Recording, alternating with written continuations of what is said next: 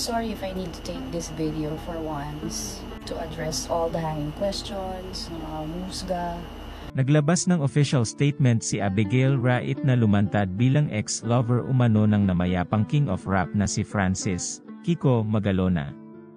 Ito ay para linawin ang mga isyong naglabasan matapos ang kanyang paglantad sa publiko. Unang nakilala ang dating flight attendant nang magbenta ito ng Francis M. memorabilia kay Boss Toyo ng Pinoy Pawn Stars at marami nga ang nagulantang nang ilahad niya ang kwento kung paano niya nakuha ang naturang jersey ng yumaong master rapper. At dito inilahad ni Abigail na naging magkarelasyon sila ni Kiko bago ito namatay at nagkaroon sila ng anak at ito ay si Gail Francesca. Matapos ang revelasyon, ay naging laman na ng balita ang dating flight attendant maging ang kanyang anak, at marami sa mga netizens ang tumawag sa kanya ng mistress, homewrecker, kabit, at kung ano-ano pa. Kaya naman idinaan ni Abigail ng isang video upang basagin ang kanyang pananahimik ukol sa mga isyong kinasangkutan. I'm sorry if I need to take this video for once to address all the hanging questions, musga, papaabot ng suporta, at higit sa lahat, yung may pangunawang malawak. Bakit nga ba ako lumantad? Madaming nag-i-invite sa akin for interview na never po akong tumanggap unless hindi relevant sa anak ko. Okay lang po sa akin na ako na ang pinakamasamang tao sa paningin nyo. Homewrecker, kabit, mistress, lahat ng adjective na nagamit nyo, tanggap ko po. Pero ang pinakikiusap ko lang po sana, wag naman yung anak ko. Aminado siya na nagkamali siya, pero pilit niyang ipinapakita sa anak niya na kaya niya itong ipagtanggol. Sabi nyo, planado ang paglantad naming mag-ina at hindi magandang venue ang paglabas namin kay Boss Toyo dahil gusto lang sumikat at ginagamit ang pangalan ni Kiko para magkapangalan. Natakbo ako sa barangay elections, pampondo para sa pagtakbo. Hindi po totoo yun. Iginiit niya na kaya lang daw sila nagdesisyon na ibenta ang jersey at magdala ng iba pang proof para maniwala si Boss Toyo at bilhin ang Francis M. memorabilia ay bilang pangsuporta, dagdag pantusto sa pangarap ni Cheska. Napasukin ang mundo ng showbiz dahil nahihirapan sila na magpabalik-balik mula Cavite papuntang Quezon City para sa mga trainings at workshop ng anak. Para sa kalinawan po ng lahat, wala po akong pinaglalaban. Nagkataon lang, nagbenta ako ng jersey ni Kiko para suportahan ang karerang tinatahak ng anak niya. Yun lang po yun. And the rest is history. Humingi rin siya ng tawad sa lahat ng mga taong nasaktan sa kanilang paglabas sa publiko, lalo na sa pamilya ni Francis M. Sa lahat po ng nasaktan, sa pamilya po ni Kiko, hihingi po ako ng dispensa sa lahat ng kaguluhang to.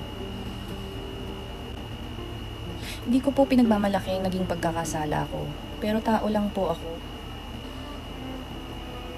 Hindi ako perfecto.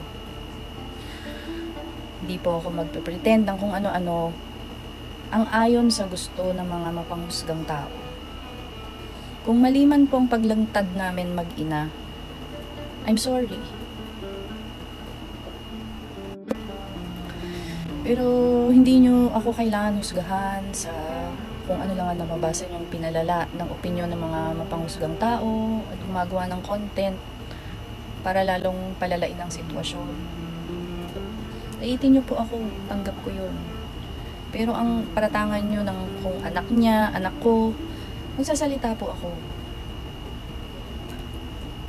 Hindi ako maalam sa batas, pero ang tanong ko po, ang hindi alam ng nakakarami na nung nagkarelasyon kami ni Kiko, hanggang sa mamatay siya, alam ko ano ang estado ko sa buhay niya.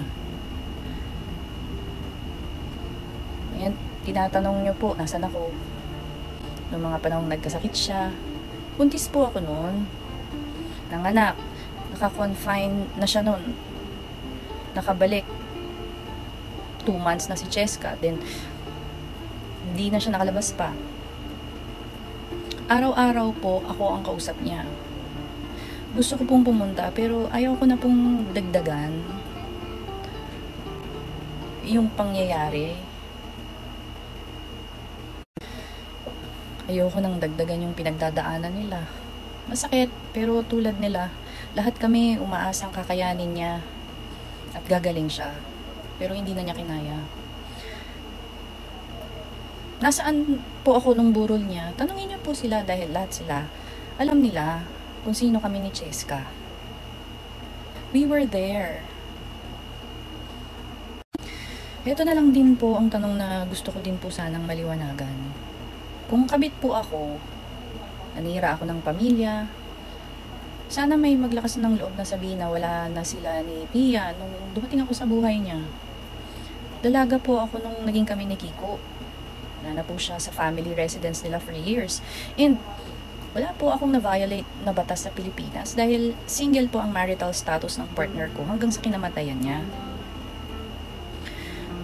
Pinaliwanag sa akin ni Kiko from the start what we are facing, documents will show. Kaya ipinagpaalam niyan sa mami ko at saka sa pamilya ko, sa lola ko.